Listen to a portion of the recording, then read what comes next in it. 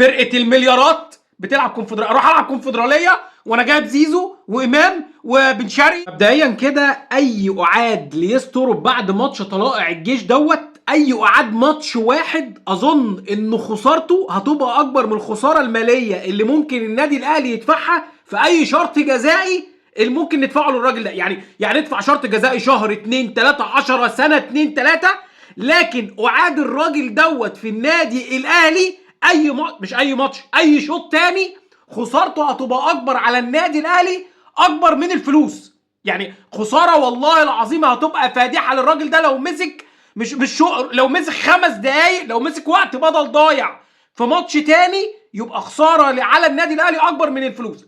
وبعدين انا بقول حاجه، انا شايف حاجه، بما ان الاداره هي اللي اختارت ريبيرو، وهي اللي مشت ريبيرو، وهي اللي اختارت يسترب، وهي اللي لازم تمشي يسترب، بما ان الاداره هي اللي فشلت في اختيار المدير الفني، انا كجمهور ماليش فيه.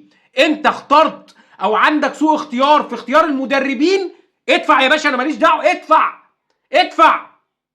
زي ما كان بيبقى عندك لعيبه كويسه وبتبيعها بتكسب من وراها زي اسامه ابو علي، لما تفشل في اختيار المدربين، لما يبقى عندك فشل في اختيار المدربين يبقى لازم ادفع. انا ماليش، انا مش مسؤول كجمهور عن الاداء اللي انا شايفه النهارده. يعني انا مالي عن الاداء اللي انا شايفه النهارده. ايه الاداء اللي بيقدمه النادي الاهلي ده اداء النادي الاهلي؟ النادي الاهلي لا شكل ولا روح ولا طعم ولا اداء ولا رجوله ولا اي حاجه ولا خطوط. يعني انا حتى وانا طالع بكلمك مش قادر اطلع اتكلم عن تكتيك ولا فنيات. تكتيك وفنيات ايه؟ احنا مش عارفين نقف في الملعب، اللعيبه مش عارفه تقف في الملعب، وقفه النادي الاهلي في الملعب مش عارفين يقفوها.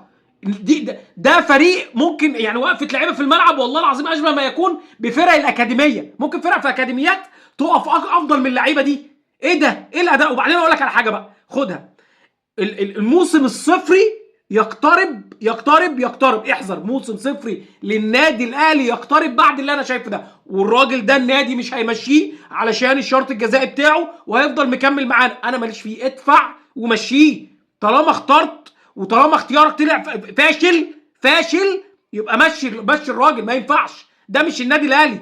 النادي الاهلي يعرف ياخد دوري ولا افريقيا ولا هياخد اي حاجه بالاداء ده. وبعدين لو رجعنا بعد كده وخدنا الدوري، حتى لو خدنا الدوري حلو، والله العظيم يبقى حرام علينا، والله يبقى افتراء.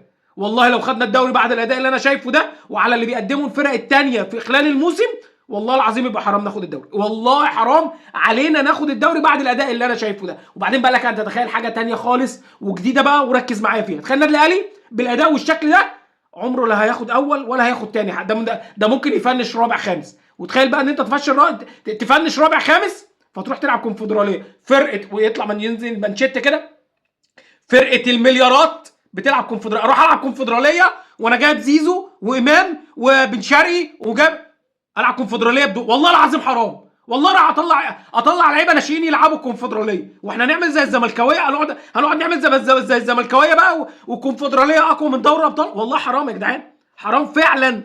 كل الفلوس اللي احنا دافعينها دي، ويبقى ده الشكل والروح، يبقى ده المدرب اللي ماسكنا اصلا. يعني عارف انت اللي هو ايه، لابس طقم نظيف جدا بس على شبشب، خلى حتى اللعيبه ما عندهاش روح في عز مكسبك، او يعني في عز ما انت كسبان وحش، خسران وحش، متعادل وحش، انت جوه الملعب لا ليك شكل ولا طعم، مالكش حاجه. انت النادي الاهلي سيء. النادي الاهلي في كل الماتشات الفتره اللي فاتت، وقلت والله العظيم انا مش منتظر حاجه من الفريق ده بالاداء ده مع المدرب ده، مش منتظر حاجه. انا كنت شايف اللي قدام، عارف اللي قدام ان احنا مش هنحقق اي حاجه. السلام عليكم.